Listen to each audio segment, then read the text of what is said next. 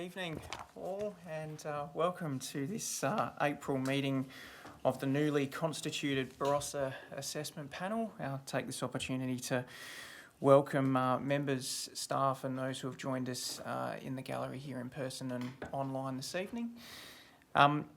As we do have members with us in the gallery, I might just start with some introductions for those who are here. So the members of the panel that you have before you, to my right, we have Graham Burns and Councillor Jane Evans, and to my left we have Sarah Elding and Rachel Nucky, and my name is Jeff Parsons. I'm the presiding member, and we are ably assisted by a number of members of the administration that we have with us tonight, a number of senior staff, planning staff, and Aaron Curtis, our assessment manager. So welcome to you all. Now we do have a few administrative items just to get through first, and then we will get to our items for decision this evening. And at that point, I'll just say a bit more about how the proceedings will operate. So members, just the administrative items first. I did want to say, just before I get to the agenda, that we are doing our meeting online this evening, and we are recording the meeting. So for that reason, it would be great if everyone could please use their microphones when they're speaking. Now, attendance, all members are present. There are no apologies. Confirmation of the minutes. The last meeting was held on the 3rd of December last year. So I'm looking for a mover that those minutes be adopted, please. Move, Jane. Thank you. Is there a seconder? Seconded, Graham. Thank you. All those in favour, please raise your hand. That's carried unanimously. Is there any business arising from the minutes that any member wishes to discuss? No. Declaration of interest. Is there any declaration of interest by any member of the panel in respect of any item this evening? No.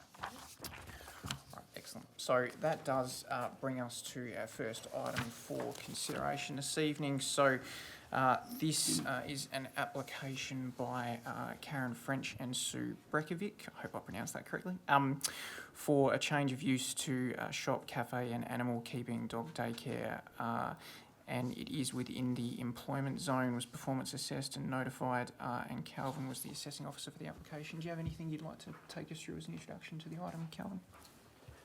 Just one clerical error. I'd just like to turn everyone's mind to, it was on page 12, there is actually an incorrect reference to the operating time for the dog daycare. B and C under dog daycare refer to 11 a.m. That should actually be 10 a.m. and then that should also carry over to the recommended condition as well. So that's the same on page 30, condition 3, E and F should also read 10 a.m. on the Saturday and the Sunday. That is what was assessed in the report. So it was just an error, not a change. All right, thank you, appreciate that. All right, members. So we did have, this application was publicly notified as I suggested, and we did have two representatives who indicated a desire to be heard. I might just check, do we have Mr. Roger Hefford with us? No. And do we have, sorry? Yeah, I believe he advised he wouldn't be. Okay, sure. And do we have Miss Kelly Phillips with us? No. All right, members, in that case, if there are no representatives to be heard this evening, then there's no need for the applicant to respond, but the applicant would be available for questions. I might just check if we have Karen and Sue with us. Yes. Excellent. All right.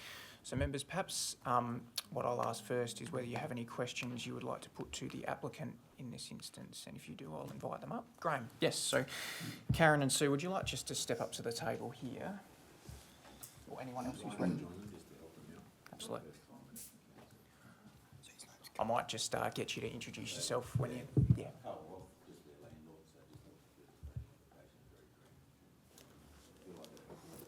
Sure. Thank you, Carl. Yeah. Now, there should be a button you can press on your microphone there just to turn it on, just down the bottom. Excellent. So there's no need to be nervous. The panel is genuinely interested in what you have to say to help them in their deliberations. So, great. My question, look, I've seen the site. I know that part of Tanunda very well. Do the dogs go outside at any stage as part of their daily routine? Is that part of the... As you're facing, I'm a dog person, but Yeah. I've never used a daycare facility, but I don't know how it As you're works. facing the facility, to the left, there is an enclosed back area. I couldn't see that today because it wasn't Yeah. accessible. So Okay. behind the left-hand side, there's an outside area which we will fence off at the end of the section that we'll be leasing. So they can't get through to the back of any other businesses. So there's like a bit of an outside area there. If that's the case, that area is screened from the street, isn't it, from Para Road? It's got that galvanised iron fence Yes, between the building and the boundary? Yeah. Okay. And is there a fence on the boundary shared with the next property? I think it's Bauer Industries. Yeah, correct. So 1800 high fence all the way across there. Is that a solid fence or an open? Solid fence, Solid. yeah, colour-one fence. Thank you. Through there on the western side. Thank you. No more questions. Further questions? Yes, Sarah. Hello, I just have a question with regards to that open space. How will the dogs access that open space? Will it be on a scheduled basis? Are you taking the dogs out there Yeah. likewise? So we'll have indoor pens, dogs of like-mind sizes in together, and then we'll take them outside for activities, you know, like in groups, I suppose, you like. They won't be just left out there to run willy-nilly. It might be worth them explaining to you how they vet the dogs. As the landlord, I was the same as you, I was a bit sort of sceptical how the process works, but it might be worth you just explaining them how you actually accept dogs into the daycare. Yeah. That process, what you do, might be really beneficial, I think, of where your line of questioning is going. So, Yeah, we have temperament testing areas, which they will go into, and as a new business, the existing pens will be sort of empty. So like if we have 4 at the beginning, then we'll put maybe a couple together that seem suited, and then if one of them seems a bit nervous, you know, we'll keep them in that temperament testing area and then walk one that's calm past the area just to see how they interact, and then just slowly interact them together as we see fit. Yeah.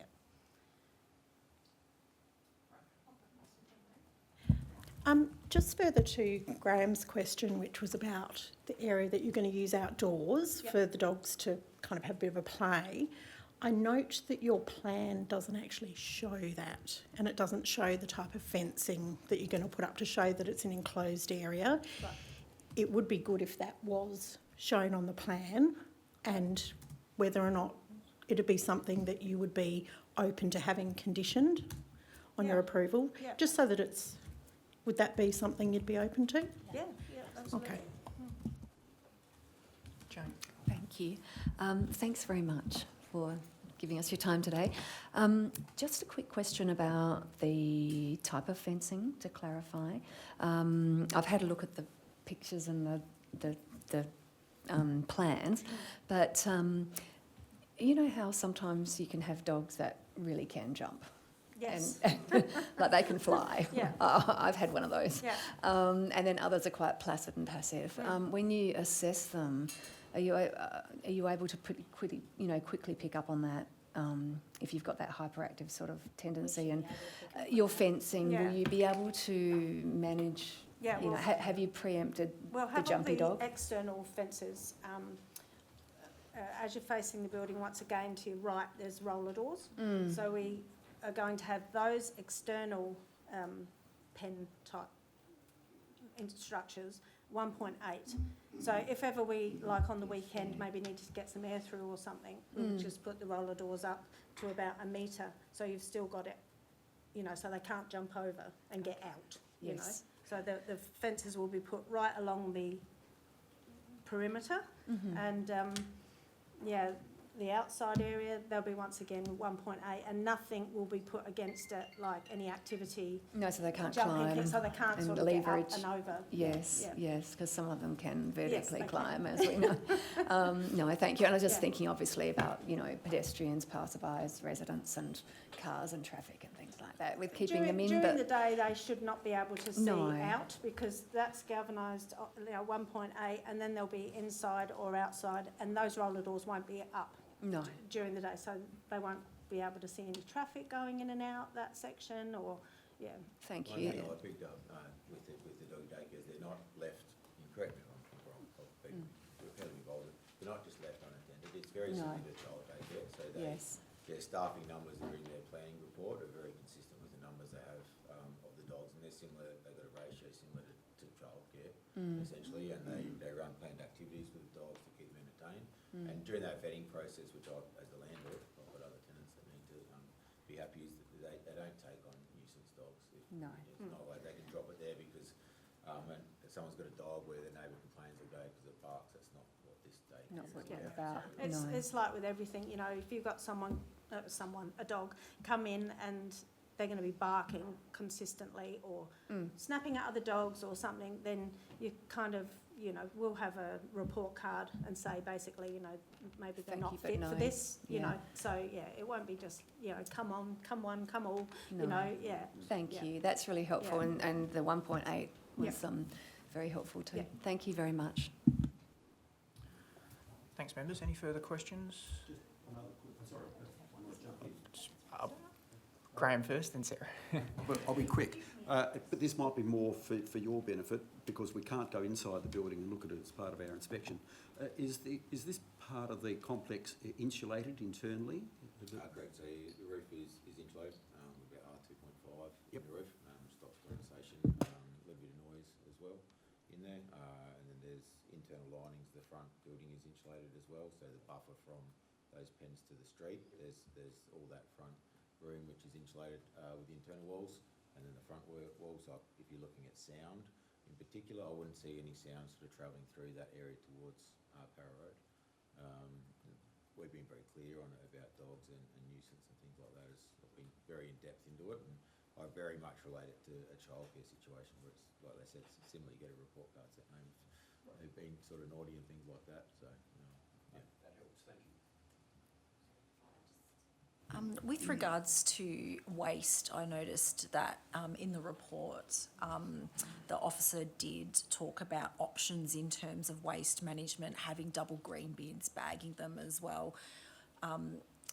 What would be, I guess, a solution? Well, I guess not a solution, but what would you do if those bins filled earlier? Is there an option for them to be emptied? Is there a backup plan? You know, is there a limit to how many bins that you can purchase from council? For that regard? Well, we would start off with 2, and each one can take 80 kilos, so that's a lot of waste. Yeah, pretty sure that would be adequate. Yeah. I would have thought that if it is a solution, obviously council would be the first port of call for more bins, and if Yeah, not, yeah. there is green waste places that you could organise something to take to overflow, so I think the numbers would be pretty conservative in those bins. Thank you. No further questions, members? No. In that case, thank you very much. You're welcome to return to your seats and observe the decision-making process.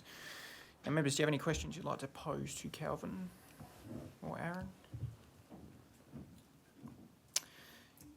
If not, then I seek your views in respect of this matter. We do have a thorough report and a series of recommendations around not seriously at variance the character preservation area and to grant consent.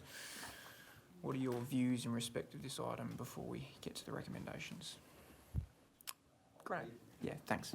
Don't mean to jump in.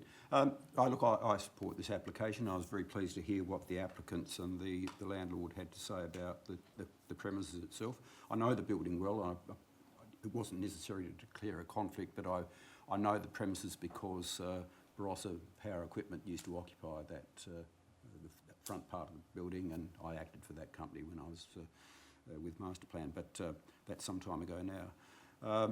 When I was there today, I noticed also there's 3 car washes, and 2 of those car wash bays were in active use while I was there this afternoon. So there's a bit of noise in this locality, not just from those bays.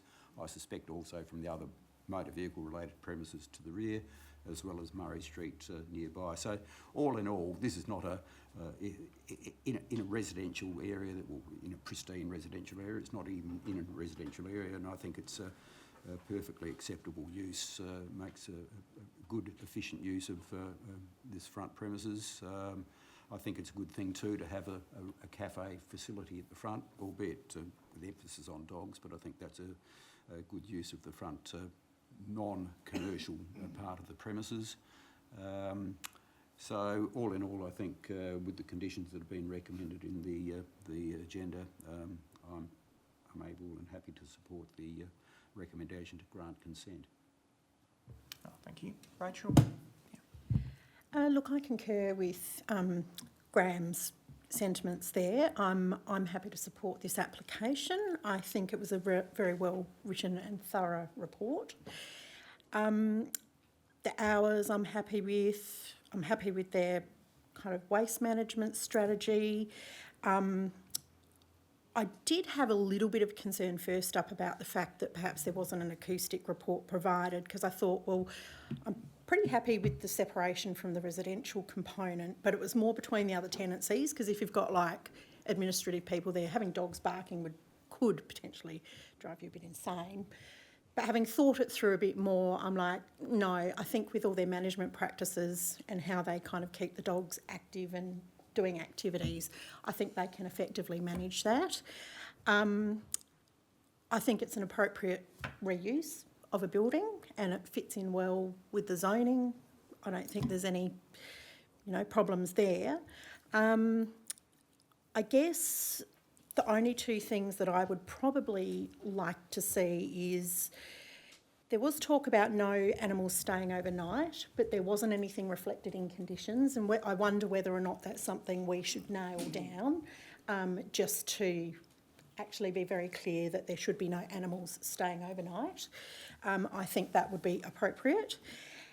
And just the details of that fencing to that external area, because I note the plan doesn't actually show that area on it, I would actually like to see details of that fencing, how high the fencing is, where it goes and where that external area is and how it relates to the whole property and that building. So whether or not we are minded to impose that as a reserve matter or a condition, I think we can discuss that. But it's a pretty simple thing, and I've drafted some wording, if you'd like. But All right, we'll come back to that, I think, in a moment. Sarah and Jane, did you have any views? No? Jane? Thank you. You're right, Sarah. Just to say I concur with all of my colleagues, and it would be good to, as Rachel suggested, to have that written no dogs to be accommodated overnight or after hours, perhaps, to be considered. And the height of the fencing too would be nice to have that in as well, if possible. Thank you. No, thanks, members. Look, I have similar views. Perhaps the only thing I'd add is that I don't think it's seriously a variance. I don't think it's a grave departure. I don't think it undermines the character values of the Preservation Act. I've actually had, not that it's particularly relevant because each circumstance, has to be assessed on its own merits, but had some experience with these facilities for much greater dog numbers up around the 140 mark, and in those circumstances noise wasn't the main concern. The main concern was actually traffic and parking, and I think in this instance I was satisfied that those matters had been suitably addressed. So it sounds as if we are all in agreement. Maybe I might just ask the administration for their quick view on the overnight condition, because I did wonder whether the hours of operation in condition 3 were sufficient, because they sort of limit it to daytime hours, and I didn't know if it was worth imposing something additional around overnight accommodation, but I'm happy to hear from Aaron or Calvin on that, and then the panel can make a decision based on what the administration think, and perhaps some wording around a reserve matter for fencing detail I think is probably appropriate, is my opinion, but ultimately it's a decision of the panel. So, yeah, thank you through the chair. The operating hours, I guess, are explicit around the use, but to remove any doubt and just as a belts and braces type approach, it wouldn't hurt to have that as an explicit condition. So I have no objection to the suggestion, and also note the suggestion around an updated site plan that clearly shows the location of existing fencing and the height, so I'll just quickly draft something up. But yeah, also, if you've got something there, Rachel, happy to have a look. The height and the style, so is it open or is it solid fencing as well? Yeah, and I think the report that Calvin's prepared is very much on the understanding and expectation that that's a solid fence, and that would stay as a solid fence. So I think that would be the expectation with that amended plan. All right, thank you. Perhaps members will just give Aaron a moment just to draft that up. I think you can see everything on the screen up there, the amended words.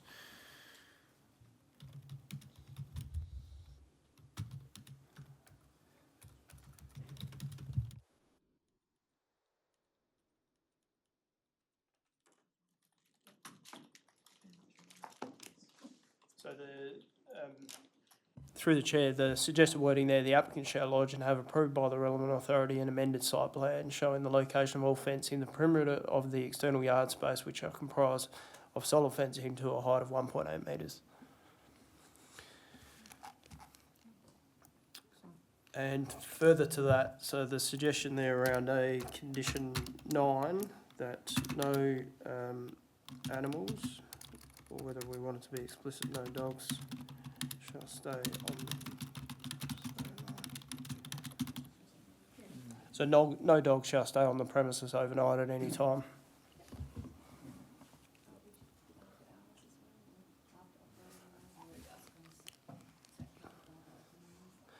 Yeah, I think it's still covered through the chair by the other conditions, so I think that would be fairly tight, yep. All right, members, I saw nods for the amended wording, so thank you, Aaron, for drafting on the run. Perhaps, members, I'll ask if there's someone prepared to move the first recommendation, which is around it not being seriously at variance. Jane, you're moving. Thank you. Was there a seconder? Seconder, Rachel. All those in favour, please raise your hand. It's carried unanimously. Our next recommendation is around the Character Preservation Act and the values being upheld. Someone prepared to move that?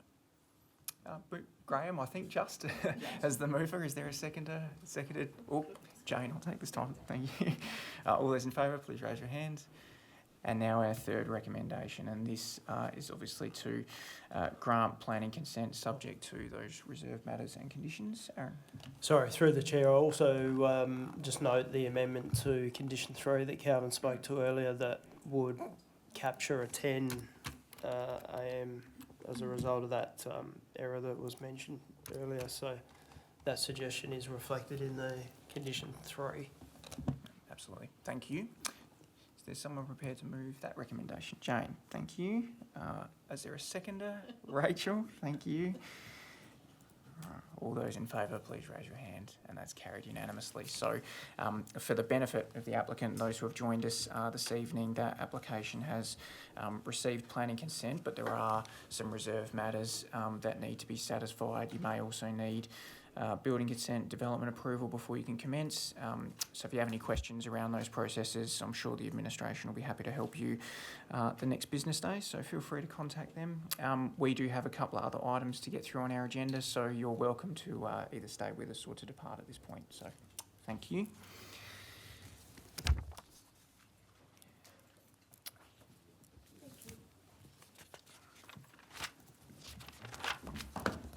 Now, members, this takes us to our next item for consideration. So welcome, Tom, who is the assessing officer for this application. So this is an application by Mac Robinson for a change of use from a dwelling to shared use comprising tourist accommodation up to 6 guests and dwelling in the rural neighbourhood zone, performance assessed and notified, and there was a representative indicated a desire to be heard. Tom, I might just ask you first if you have anything you'd like to take us through as an introduction.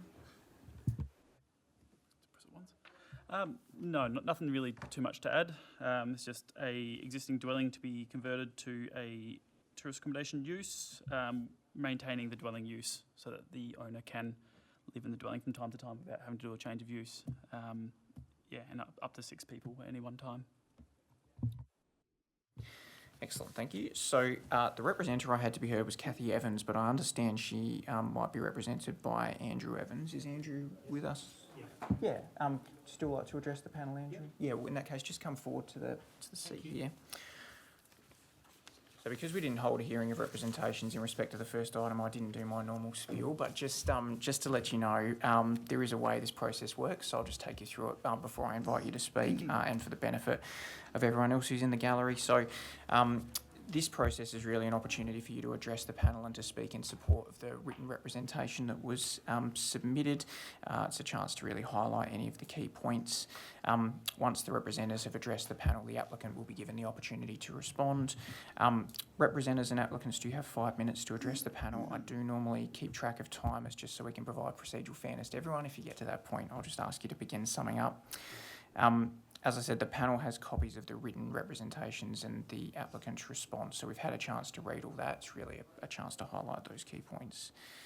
The panel may have questions of you when you finish, so I'll obviously ask that, and after that time you can return to your seat and we'll invite the applicant up. Often the panel has more questions of the applicant than the representatives. The only reason for that is that the applicant has detailed knowledge of the proposal, and we might need to delve into that a little bit. Once you've spoken, there's no further opportunity to address the panel, but you are welcome to remain in the gallery and observe the decision-making process. And the panel's role tonight is not one where we need to mediate between the parties. Our role is one where we need to make a balanced planning judgment based on documentation that's before us, and we use the information that you provide us to help us in that.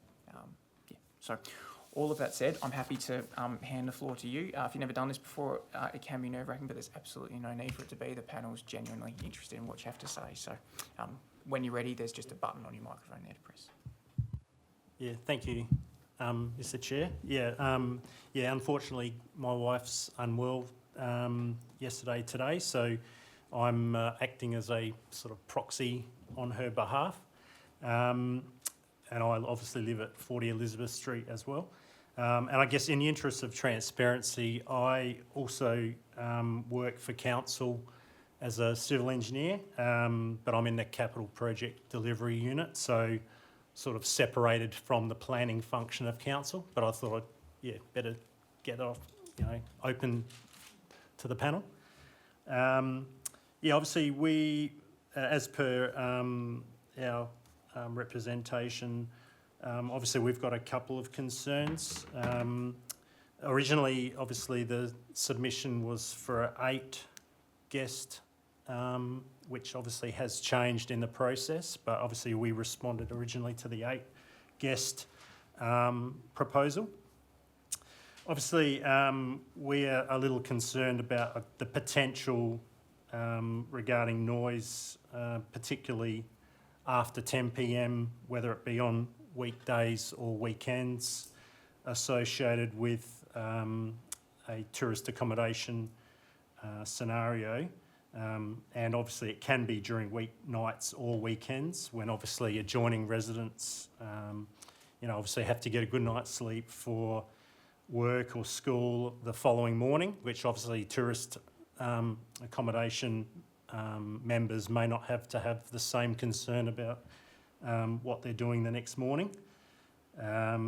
Obviously, that current address has provision for 2 cars, and obviously when we were writing our submission, there was potential with 8 guests that there was, a potential for 4 or 5 cars to be parking to use that house, and obviously there's only room for 2 on the driveway, so there's obviously impacts on street parking associated with potentially 4 or 5 cars wanting to park to use that facility.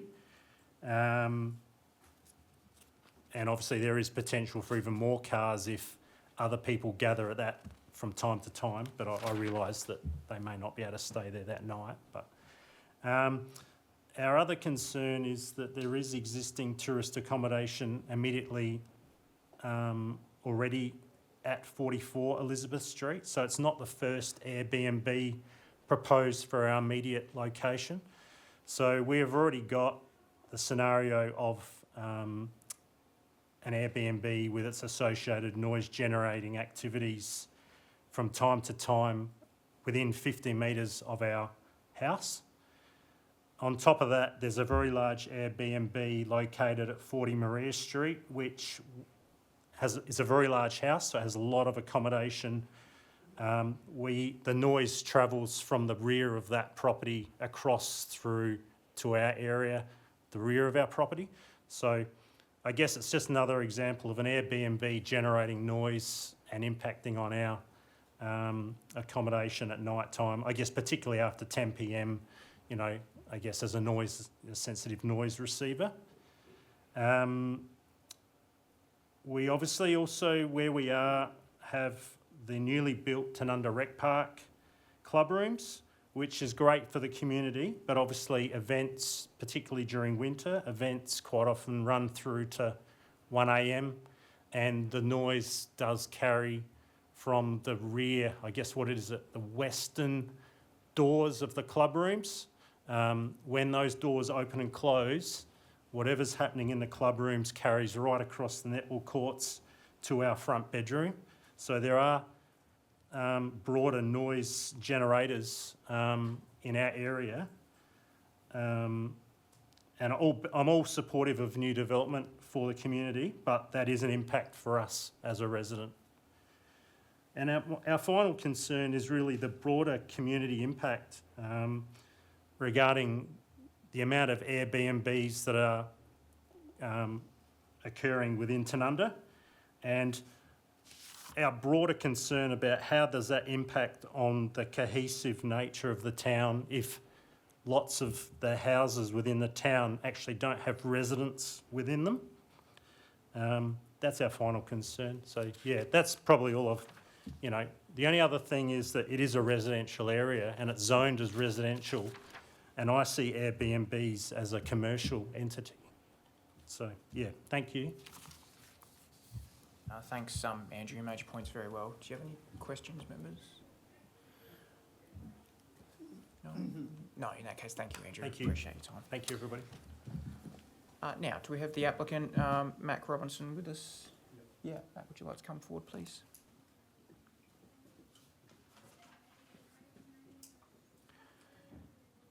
This is really an opportunity for you to respond to the concerns that were raised now, Matt. Yeah, just press the button on the microphone when you're ready. Yes, what can I really say? Valid concerns, notably with noise. Really, I can't really stop someone from making noise. No one in this room really can. All there is really the process outlined by the relative authorities, which is, in a nutshell, call the police if there's any concerns. Sorry to be so blunt, but that's all there really is. Following the guidance of the Barossa Council noise management policy is contact the authorised officer. Sorry, I'm a little bit nervous. Contact the authorised officer, which in this case is SAPOL, and follow those details. Beyond that, street parking, there's probably parking, or there is parking for 3 medium cars on the property before encroaching too far into the median strip, which is linearly 16 metres.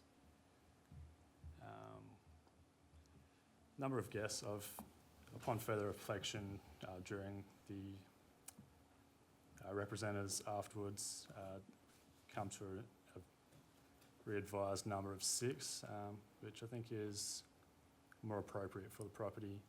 Initially 8 was the considered number just based on a 4-bedroom property, but I do agree 6 is probably a more reflective number of guests and the suitability of the property. Any questions without repeating myself too much? Sorry. No, thank you for your submissions. Questions, members? Yeah, Graham. I've had a look at the site and locality today. It's a very wide street. In fact, there were no cars parked on either side of the street at your end of Elizabeth Street. What, are you going to be the person who is living on the premises whilst guests are there? Is that the intention? That is not the intention. So to delve into my sort of personal scenario, I'm a fan. I don't need to know the personal, but will there be somebody on the premises? No. There won't be? No. that's not quite consistent with the way the application's been framed. I was left with the impression that it's a dwelling with accommodation for short-term accommodation, and that therefore the dwelling would continue to be used as a dwelling, which means a person who's resident in the dwelling at all times. Yes, so, sorry, it's a yes and no to that. I'm a fly-in, fly-out worker, so for a period of my break, it'll be occupied by myself, and the opposite period will be used as short-term accommodation.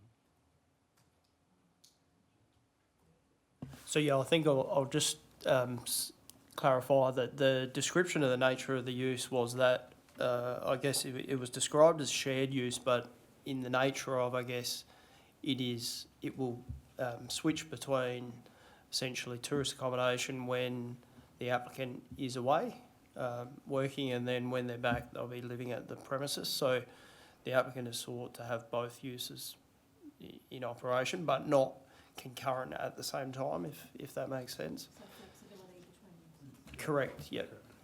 Yep. And I can speak about that further. We have had some legal advice previously around whether that is possible. And the advice we've had is that from a building assessment point of view, that the higher standards should apply for matters of building, building occupancy in terms of fire, etc. But that it's not fundamentally inappropriate, that it can't be done. That's the advice we've received. And the former panel had authorised several applications in this way for background. Yep. Perhaps as a follow-on, your fly in, fly out. What, just roughly, if I can ask, 2 weeks on, 2 weeks off, or how does it work? Yeah, it's a 2-and-2 roster, fortnight based. Touch on the lighter side with travel, so probably works out somewhere in the 11 days off region, not strictly 14 and 14. And it follows then that those 11 days off, or when you're home, Yep. you'll be living at the premises and no guests will be there whilst you're there. Is that how it works? That was the rough plan, yes. Okay. Thanks, Mem. Any further questions, members? Yeah, Thank Jane, you. sorry. Thank you, Mac. Can I just, through the chair, I should say, sorry. Thank you, Jeff. Mac, can I just ask, so is there any periods during the year in which, with your work or travel, where you might be away for an extended period of time? Not in the near horizon. It's looking as though being fairly consistent to my 2-and-2 roster for the near period of time. There's no holidays booked in. No 2-3 month breaks away or anything? No, nothing like Okay, that. thank yet. you. Yeah. As much as I'd like one. No, it would be lovely, wouldn't it? But thank you. Just wanted to clarify. Thanks. Any further questions, members? No. In that case, thank you very much, Matt. I appreciate your time. Welcome to take your seat. Now, members, do you have any questions you'd like to pose to Tom or Aaron regarding this matter? Yeah, Rachel. Okay, this is just to kind of flesh out some of the issues that I guess have been raised by the representative with respect to noise. Now, understandably, yes, SAPOL usually is the authority, but when you've got tourist accommodation, I'm just wondering whether or not, because technically if it's a nuisance, it would be managed under the Local Nuisance and Litter Control Act unless we impose a condition that the land is managed and conducted at all times in a manner so as not to cause undue nuisance or adverse effect on neighbouring landowners. So I wanted to kind of put that out there. That's kind of how I have handled things before, having dealt with a lot of tourist accommodation, because it's not like, it's a little bit different to that of a normal domestic dwelling, because it is tourist accommodation. You can get differing people. You can't control who hires it out. So is it something that perhaps we might think is appropriate to impose a condition so ultimately we have control, or do we want to leave it up to the Local Nuisance and Litter Control Act, because that's where nuisance can be dealt with, if it's unreasonable, if it's not, SAPE I'll deal with unruly behaviour, but if this is like ongoing, I don't know, just other nuisance, general, I don't know, it's just something to think about. I just wanted to throw it out there for discussion. Yeah, so there is, I guess there's a few complexities when it comes to nuisances of B&Bs. One thing I have established over the years is that there is a actual short-term holiday rental accommodation bill that is in play for all B&Bs that are rented out, and they do have an avenue to put a claim through the court for a nuisance impact and claim a value on a proven amenity impact. So that there is an avenue that does happen. I guess the condition of having noise nuisance after hours is challenging for council because we don't necessarily have the capacity to do those overnight, and even still we seek those owners or the people with the complaints to provide us evidence. We're not going to go out there at night time and hope that someone's having a party kind of thing. So there's just a few little challenges, and it is a complex situation, those issues, but that's all. Yeah, I think through the chair, so I've just got on the screen here this is local nuisance, and that's the schedule relating to things that aren't local nuisance. And it is curious to see Part M, noise principally consisting of musical voices or both resulting from activity at domestic premises. So therefore you would interpret that to exclude a tourist accommodation.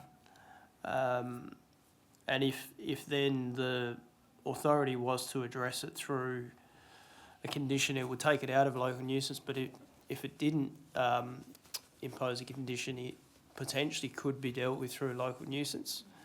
But as Tom has mentioned, there are some challenges with addressing compliance through that avenue.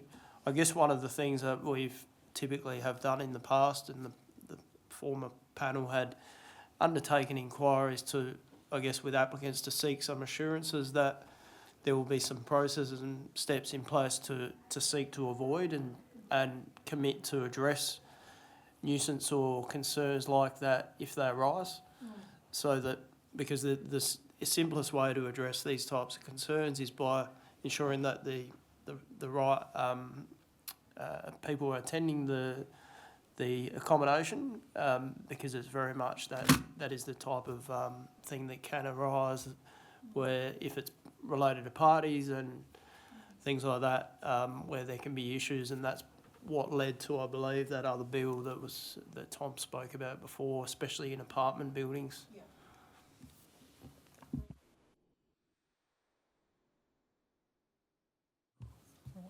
Thank you to the staff for that advice. I think that's helpful. Do we have any other questions we'd like to pose to the staff before we get into our debate? Yes, great. Yeah.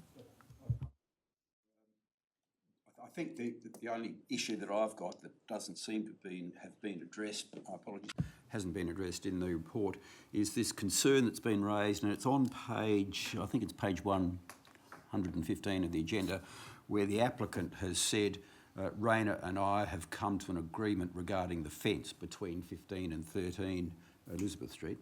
The low area immediately adjacent to both dwellings shall be immediately isolated via, I'm off the page there, via mechanical locking devices, etc. I wonder whether it's worth considering a condition that will address that concern. I couldn't find anything in the recommendation that addresses that concern, and it's not so much a temporary facility fence. It's the fence that would be constructed, which is said by the applicant, until such time as the replacement fence is required. Access to the area only gained by myself and authorised tradies.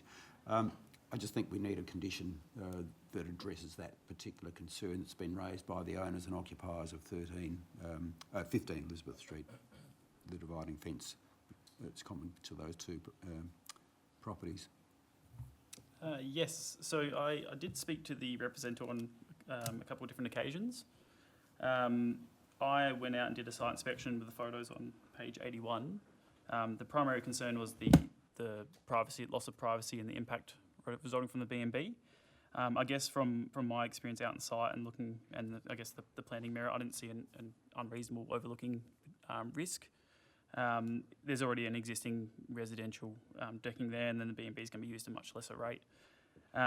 Understanding that there is still that perceived overlooking concern, so I did explain to the representative that there would be chances that this is just an amicable solution between landowners that may need to be considered. On the other side of things, I don't necessarily see it as a negative if it was imposed as a condition. I managed to see at the back of the property, so I couldn't gauge for myself what sort of degree of overlooking might exist. So. Yeah, it's just some existing low fences, and it's just got a lot of like lattice and vegetation, which obviously can vary from season to season.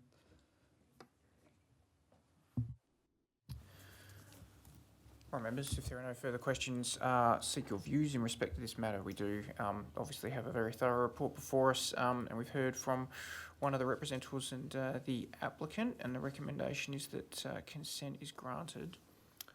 What are your views in respect of this one? Graham, thanks. I'll lead if nobody else will at the moment. Look, I'm happy with the application. I think it's a very thorough and very carefully considered report. So I support the application. I also noted when I was looking at the site and locality today, this end of the street, it's a very wide street down at the bottom end of Edward Street.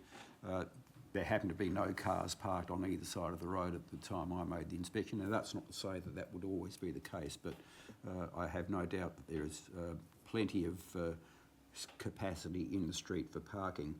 Not that there would be a lot of parking generated by the proposal, because this is a relatively small scale use.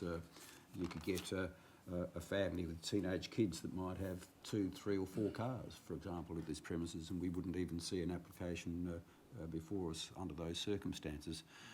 I also agree that there's room within the garage and the carport behind the garage. There's for two cars, with the potential for a third car that would, albeit be sticking out onto the property, beyond the property boundary, but on this side of the road there is no made footpath, and I don't think there'd be pedestrian movement on that side of the road.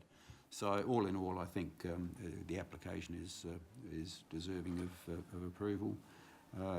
Noting the fact that at the times when the owner and applicant will be at home, it won't be used as a B&B. I don't think we need to secure that arrangement with a condition, but I think that minimises the degree to which the premises will be used for short-term accommodation.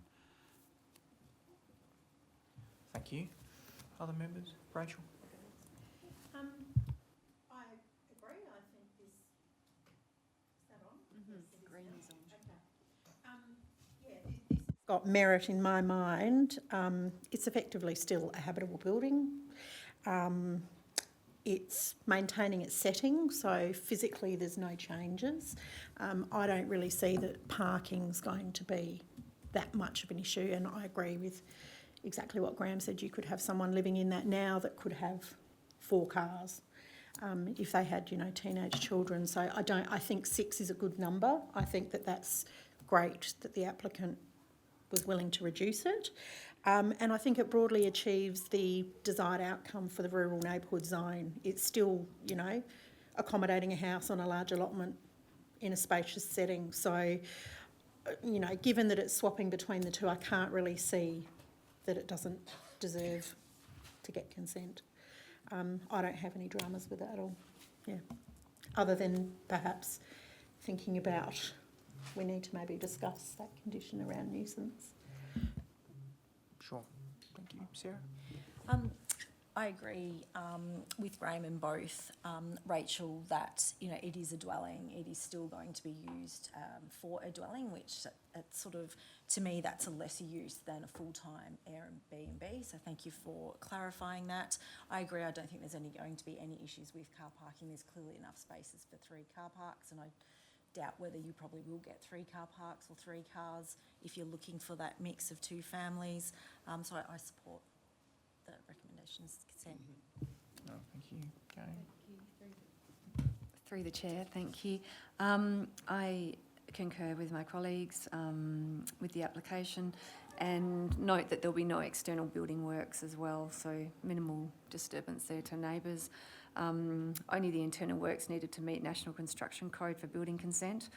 And I too would like to just just clarify the noise, noise disturbance conversation before we finish, if that's all right. I understand that it's been proposed that it will be able to be managed adequately under the short-term holiday accommodation bill. However, I'd just love a bit more information, if that's possible, please, through the chair. Yeah, sure, thank you. I think when we get to that recommendation, we'll have a discussion around those conditions and the noise issue. Look, I have similar views, members, and, you know, without labouring any of the points, I guess just to discuss noise briefly, it is possible that you can have a domestic premises where noise is highly problematic and you have people living there permanently, and that can become a real concern, and the only way to really have that addressed is through SAPOL. I guess short-term accommodation provides for a mixture of different types of guests, so if you do get that behaviour, it's unlikely to be constant. I guess there are other ways for that behaviour to potentially be addressed through methods like the Local Nuisance Act, depending on whether we condition or not. So I guess if anything, it might give you additional power that you may not have if it's a problematic domestic premises. So, and then I agree with the other points that were made around traffic, and I think it was Graham that mentioned the split between, you know, residential use and short-term accommodation use, which minimises that impact. So it sounds as if we are all in agreement. Can I just, through the chair, say something further? Yeah, absolutely. Yeah, just following on from that, I think in my mind, it's how does your council tackle noise issues? Like, do you want it to sit under the compliance framework of the PDI Act, or do you want it to actually become a little Nuisance Control Act issue? And like, I don't know in your council who deals with that, if it's your GIs or if it's, yeah. So I think that's kind of, I guess, for you guys to provide us with that advice. Yeah, thank you, through the chair. So, yeah, typically I guess we would address matters under the planning consent where we feel that there's an inadequate process under local nuisance, or if it's not addressed. And where it's warranted to provide absolute clarity or, firm up requirements around and expectations in an application, and to ensure appropriate safeguards in the event compliance is needed. I guess with this one, my view would be that to the extent that if there is an issue, that it would be better to deal with it as a local nuisance rather than trying to impose a planning condition, which then would need to be explicit about what the requirements are that would need to be applied. Now, with the changes to the noise policy that have occurred to now strip it back to apply principally to commercial industrial noise, I'm not clear as to how that policy would actually apply to this type of context. I think it would be better dealt with as a local nuisance. I just provide context as well, though, that in my time here the last 3 years or so, I reckon we've seen more than 10 or 15 applications for this type of use, and I can't recall many, if any, that have resulted in complaints relating to this type of accommodation, which gives me some level of confidence that the issues aren't so much as playing out as to, because this is a common issue that is raised by representatives around fears and concerns around late night parties and noise disturbance, but that doesn't seem to be playing out that way, unless of course if there's things being raised with perhaps SAPOL that we're not aware of, but we don't believe that's the case. So my suggestion would be that if there was an issue, that it could be dealt with through the Local Nuisance Litter Control Act. Thank you. All right, members, I might take us to our recommendations. So the first recommendation is that the proposal is not seriously at variance with the Planning and Design Code. Do I have someone prepared to move? That's the case. Graham, you're moving. Thank you. Is there a seconder? Seconded. Oh, Sarah, I think. Thank you. All those in favour, please raise your hand. It's carried unanimously. Next, we have a recommendation that the proposal won't undermine the values of the Character Preservation District and Act. I think we had a mover in Rachel and a seconder in Jane. Thank you. All those in favour, please raise your hand. It's carried unanimously. And now this takes us to our recommendation around granting planning consent. At the moment, we have 3 conditions without one relating to noise. It sounds as if the advice from the administration is that's the preferred approach. So I might ask whether there's someone prepared to move that recommendation as it stands. Rachel, you're moving. Thank you. Is there a seconder? Seconded, Sarah. Thank you. All those in favour, please raise your hand. So it's carried unanimously. So for the benefit of those that have joined us, the application has been granted planning consent. It is subject to several conditions and notes. Building consent development approval may be required before the use can commence. If the representatives or applicant do have any questions in respect to that decision, welcome to talk to the administration next business day. They'll be happy to assist you. We do have to move to our next item, so as I said before, you're welcome to either stay with us or leave us at this point. So thank you for your attendance and input. And members, this now takes us to item 6.3. This is an application by Sheila Sharma for a similar proposal but different, also in terms of the zoning and the non-dwelling use. So this is for a change of use from dwelling to tourist accommodation up to 6 guests in the neighbourhood zone, performance assessed and notified. Tom, do you have anything you'd like to take us through as an introduction? No, this is just similar to the previous application, change of use from a dwelling to tourist accommodation, but there's no continuation of dwelling use proposed within this one. This one is a very similar circumstance where it's got 2 car parks on site, and yeah, it's proposing 1 street car park, so similar to the previous application. Perhaps ask one question though before we get into the meat of the application. Is it the case that this is a retrospective application? I don't believe it is retrospective, but I'm not made aware of if it was. I know it's tenanted currently, but I'm not sure. There's a sign at the front that would suggest it's currently being used for accommodation purposes now, short-term accommodation. Yeah, I'm not aware of that. Okay. Okay, thank you for that point of clarification. Now, members, we did have a representative to be heard in respect of this item, which was Miss Christy Schultz. Is Christy with us? Yeah, Christy, would you like to come forward? Thank you.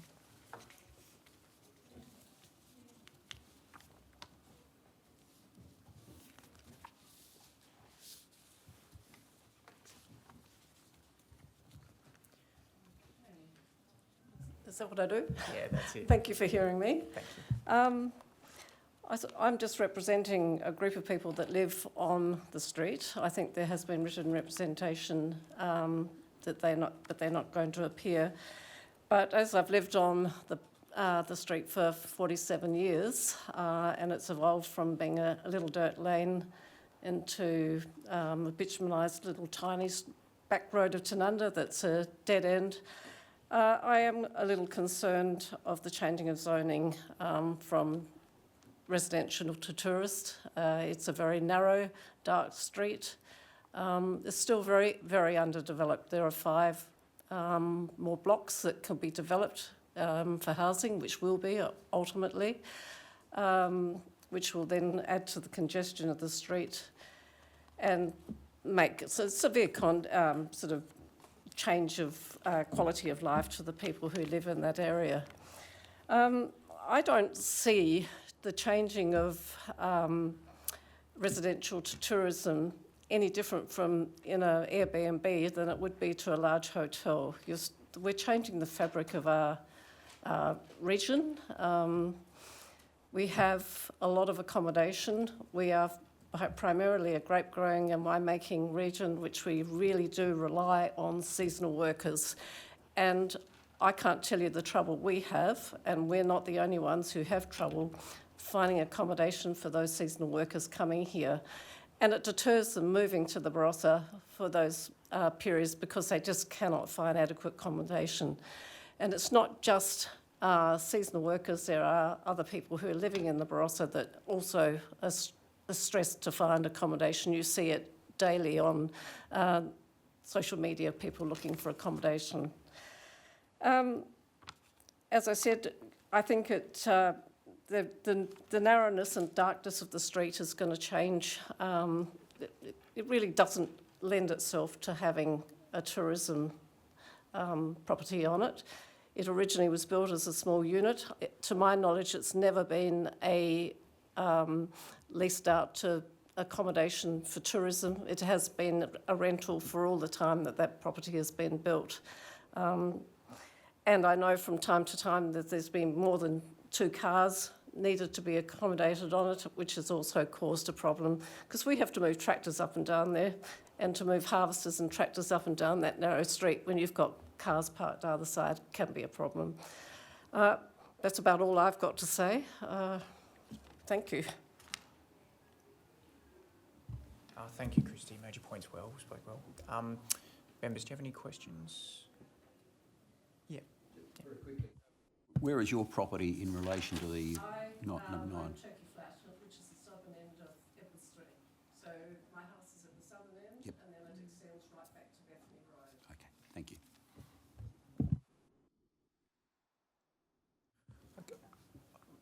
This might be an ignorant question.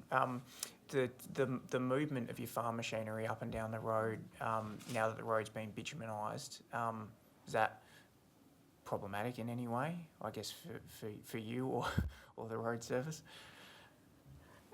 It can be problematic from time to time, but if there were extra cars parked, it will be, because tractors and trucks taking grapes backwards and forwards can be difficult to actually manoeuvre down there if there's cars parked on the street. So it is possible, but it's more... It is possible, and to be honest, it's been pretty easy up until now, but if we do have more cars parked on the street, it would become impossible. Thank you. Any further questions, members? No. In that case, thank you very much, Christy. You're welcome to resume your seat and observe the rest of the meeting. Now, the applicant was available to respond, but they weren't available to respond in person. They asked to appear online. And as I understand it, they're represented tonight by Allo Lou. Have we got them online, please? Chris? Oh, Sheila's online? Okay, in that case, it might be Sheila who's addressing us.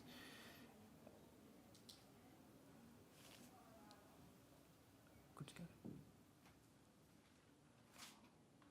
Sheila, we might, I think you're on mute. We might just ask if you can take yourself off mute and just say a few things and see if we can hear you.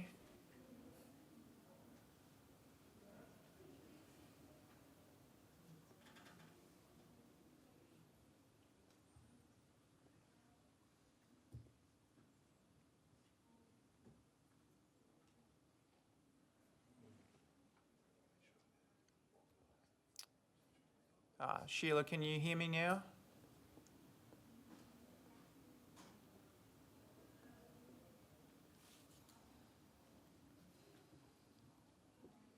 Members, we'll just give it a minute so we can sort out the IT. Yeah, I think she's muted at the bottom. Sheila, if you can hear me, I think you need to unmute your microphone if possible.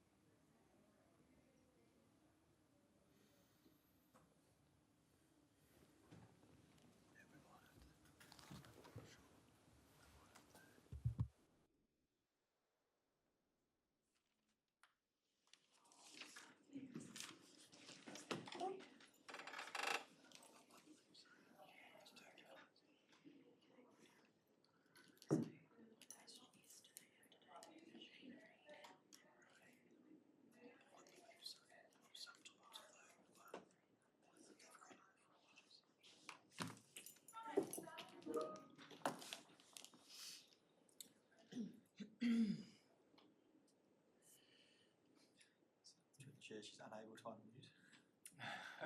Have we got any way to unmute her from our end? you can. If we set a meeting, we can Otherwise, we might be able to get her on the phone. Just get her on the phone. Yeah, just ring her on the mobile. Loudspeaker. Yeah, exactly. Yeah, see if we can send her a message and find out her number and put her on speaker. So she can hear us now? Oh, She's unmuted though. still can't unmute. So grab my laptop. Give the number. Shall we? Yeah, okay. So she can hear. Sheila, if you can hear me, what we might do is we will just get your phone number and then we'll call you and we'll put you on speakerphone, and that way we can hear you. So just, yeah, if you just type, okay, excellent. Yeah, bear with us, we'll call you shortly. It's like I can't see it. Oh, no, we Great So blur. it's not that good. Yeah, I know. IT's still a lot better than Nord's.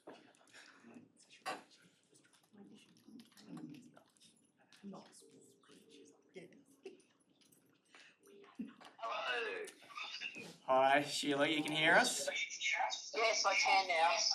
Excellent, and we can hear you. So hopefully you heard the what the representative had to say, and you heard the rules that I ran through before. So this is really a chance for you just to respond to the representations and to address the concerns that are raised. So all of the panel can hear you, and we're happy for you to start when you're ready.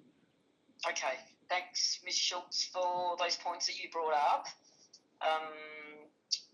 I do have renters in there currently, and they have told me that even with one car outside, to their belief that you would still be able to get a tractor or harvester through on that road.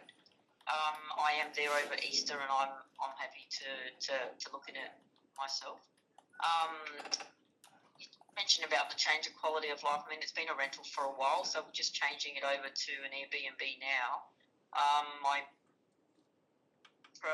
property manager has done Airbnbs in Barossa for now over 2 years, so she's quite familiar with the area and you know, issues around traffic and things like that. So yeah, I mean, you know, the darkness of the street, I think hopefully Tom can shed some light on that.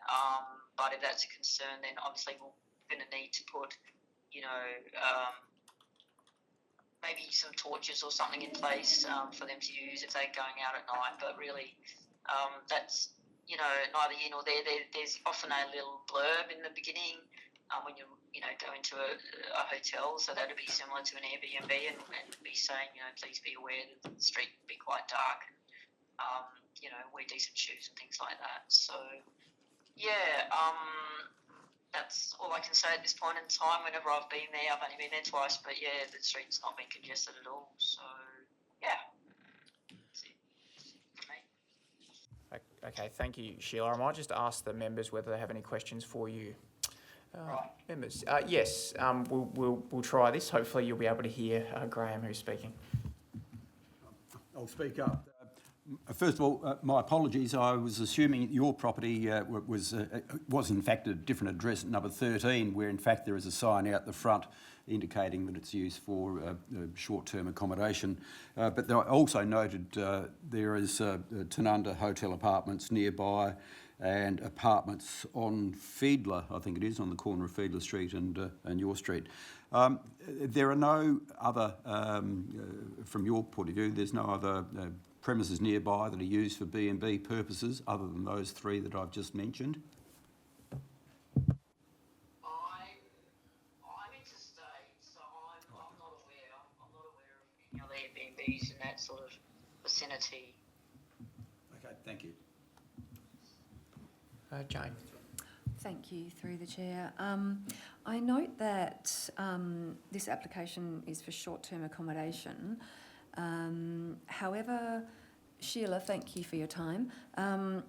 However, it's written on page 123 in the report with a response to concerns that were raised that the use is open to seasonal workers should they wish to rent it short or long term.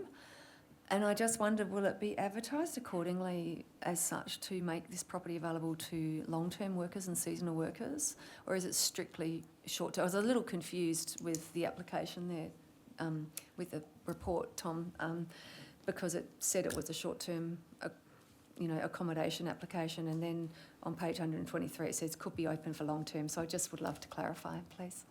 Thank you, through the chair.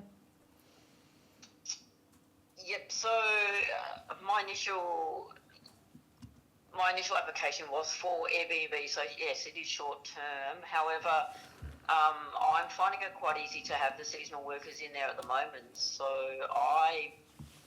I've got no preference really.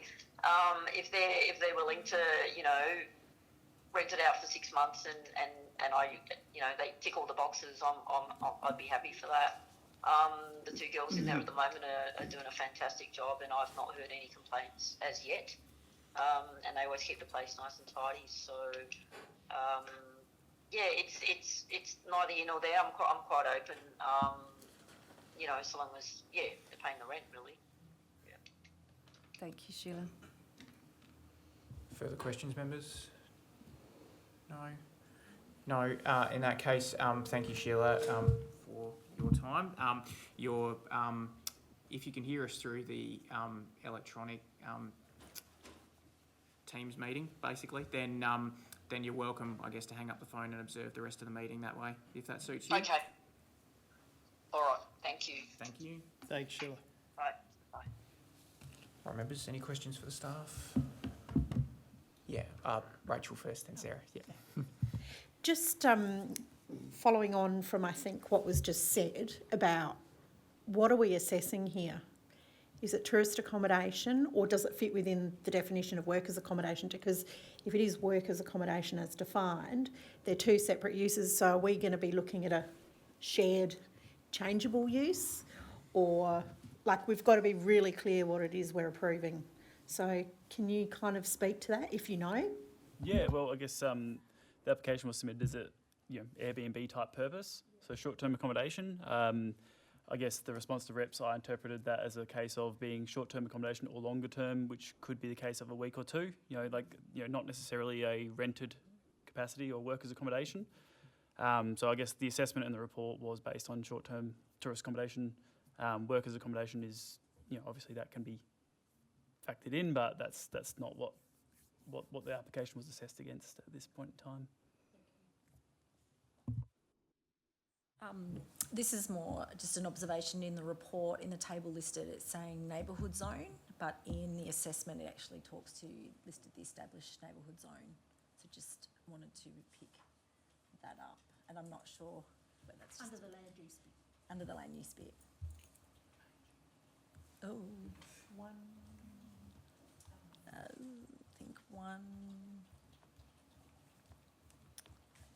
sorry, I gotta go back in my notes.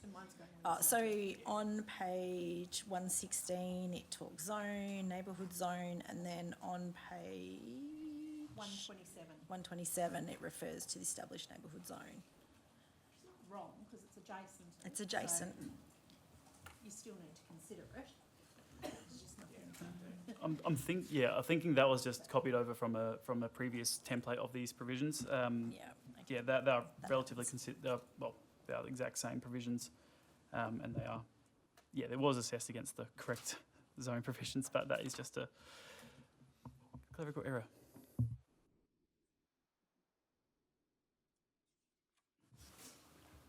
Further questions for the staff members? No. In that case, your views in respect of this one?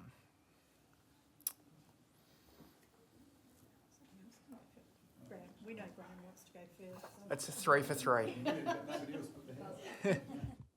Look, I don't have a problem with the use per se, but I'm a bit concerned that as to what we are approving here. If it's Airbnb or short-term tourist accommodation, that is not worker accommodation.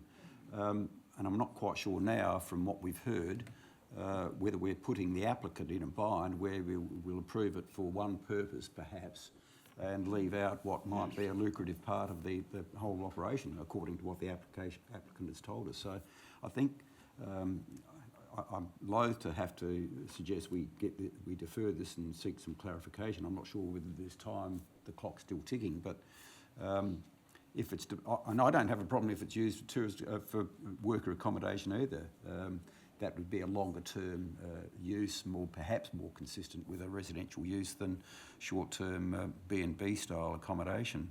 But I don't think we're helping the applicant or the representors if we approve this for one use and then find that it's likely to be used for another use, and that imposes, of course, other considerations from an enforcement point of view.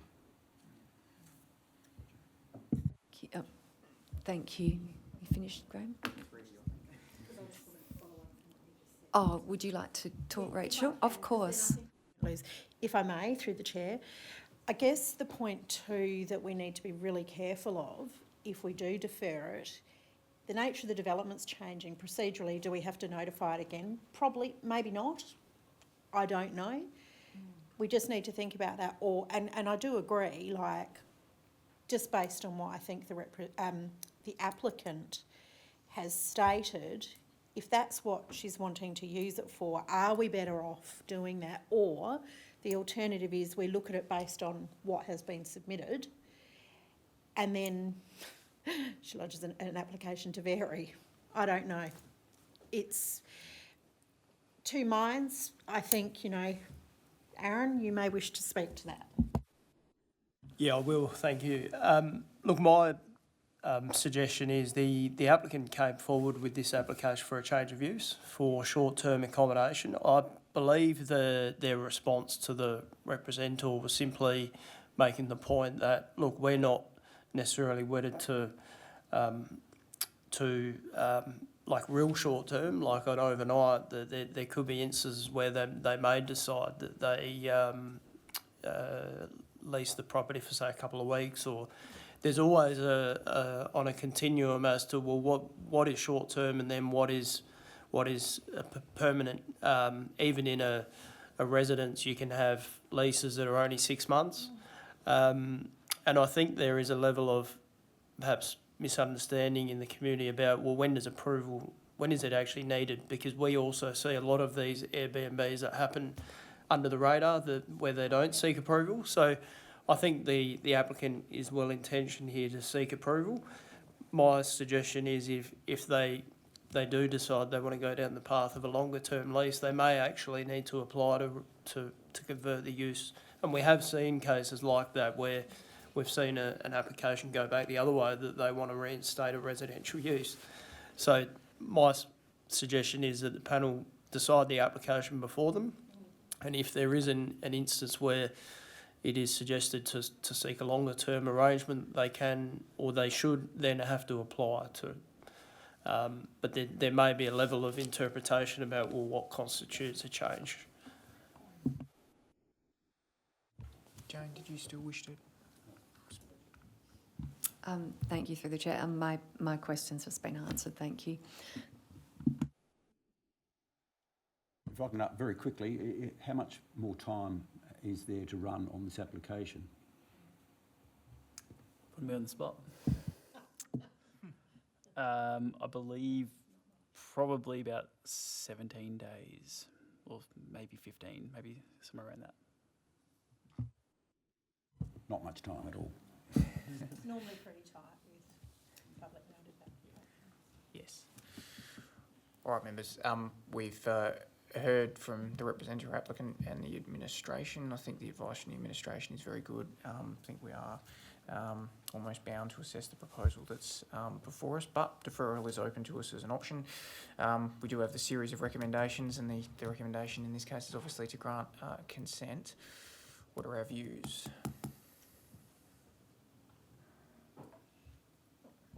Yeah, look, I'll go. Look, I don't necessarily have too much an issue. It's a small premise. I don't think it's going to have too many issues. I don't believe it'll change the prevailing character, as there's no physical changes. noting that it's an interesting little pocket adjacent, like the township main street zone, established neighbourhood, and then it's got behind some rural land. I think it's an appropriate use as it stands just for tourist accommodation. I agree with the recommendation. I'd be happy to support it. I'm same mind, and I think, though, bearing in mind what I've also just recently said, if it is subsequently used for purposes other than what it might be approved for, and I'm stepping ahead of myself here, but if it is, then I think it's incumbent on the council to remind the applicant that it's being used for different purposes, and then to apply for whatever use it might be then used for, or suspected to be being used for. But I agree with what Rachel's just said. I think on the face of it, we've got an application that's pretty small in scale. As I said earlier, there are 2, if not 3 other premises in the street that are used for short-term accommodation. It's adjacent to the town centre zone and commercial uses in that zone. So all in all, I think it's a good location for its intended use as proposed. Any other members? Don't have to comment if you don't wish to, but just give you the opportunity. Thank you, through the chair. Look, I concur with my colleagues, and I just I hope that there's a relatively simple process that the applicant could go through if she wanted to, if Sheila wanted to change the land use to a long-term rental facility for her intended use, because she's clearly stated today that she's open to both pathways, which is wonderful, because that was one of our main issues and concerns with Christy, our representor, as well. So it's lovely to see that there's that opportunity moving forwards to assist in that sense. And I'm sure council will keep in communications with the applicant so that she can be aware of the process should she choose to take that step. Thank you. Look, I agree with the panel as well, and thank you for clarifying that it is in the neighbourhood zone. Look, I think it is a lower use than what could be possibly envisaged in the neighbourhood zone, and I believe that there are some units going up across the road. That will be a much more intense use to a detached dwelling with 3 bedrooms as well. The car parking I did have concerns with, but the driveway is actually quite long to have 2 cars in tandem, even if the garage is not in use as well. So that sort of confirmed that concern as well. In terms of the applicant, there is always the option to withdraw their application, and I guess this is for the applicant's benefit, to withdraw the application, because if maintaining it, I'm not convinced it falls within the full ambit of the definition of workers' accommodation, but it is a dwelling and it is at the owner's discretion whether or not she wants to rent that out under the Residential Tenancies Act, which obviously she's doing now. So just put that out there as well. Yeah, thanks, members. And I agree. I think the only thing I really wanted to say that hasn't been said is around traffic, and I think in these circumstances where you have differing views around the road, it's always useful to have some advice from the council's staff, and they've supplied that, saying that it appears sufficient carriageway exists. I guess there's always the opportunity to limit parking on one side of the road as well if it becomes problematic in any sense. So, yes, again, sounds as if we are all in agreement. I might ask whether there's anyone prepared to move the first recommendation around seriously at variance. Rachel, you are doing so. Thank you. Is there a seconder? Graham, thank you. All those in favour? That's carried. And next is a recommendation that the proposal doesn't undermine the character values of the district. Sarah, thank you. You're moving. And Jane, you're seconding. Thank you. All those in favour? It's carried unanimously. And now our recommendation around the decision to grant planning consent, subject to those 3 conditions, I think it was. Rachel, thank you. Is there a seconder? Sarah, thank you. All those in favour, please raise your hand. And that's carried unanimously, I'll say. We might still have the applicant with us online. So for your benefit, that application has received planning consent, and there may be requirements for building consent, development approval before you can commence. If you do have any questions around what that means and the discussion you heard around longer term accommodation, it'd be worth discussing those with the administration next business day. They'll be happy to assist you. So you're welcome to either leave us now or stay with us. Members, we have to move to our next item now, which isn't a development assessment item as such, but is a report, sorry, I was just checking, on ERD court appeals. Aaron, is there anything you'd like to take us through here? Yeah, thanks through the chair. So this application, we did present this to you in email when the decision was handed down by the Commissioner of the Court. So this is really just for information to inform you that this application has been authorised through the court, ERD court, through an appeal that was made in relation to a decision of the previous panel to refuse an application. But through the appeal process, there was a compromise that was presented that was accepted by the panel through the process, and that was ultimately determined through the authorisation, and this is simply report is for information to accept that and receive the report. Thank you.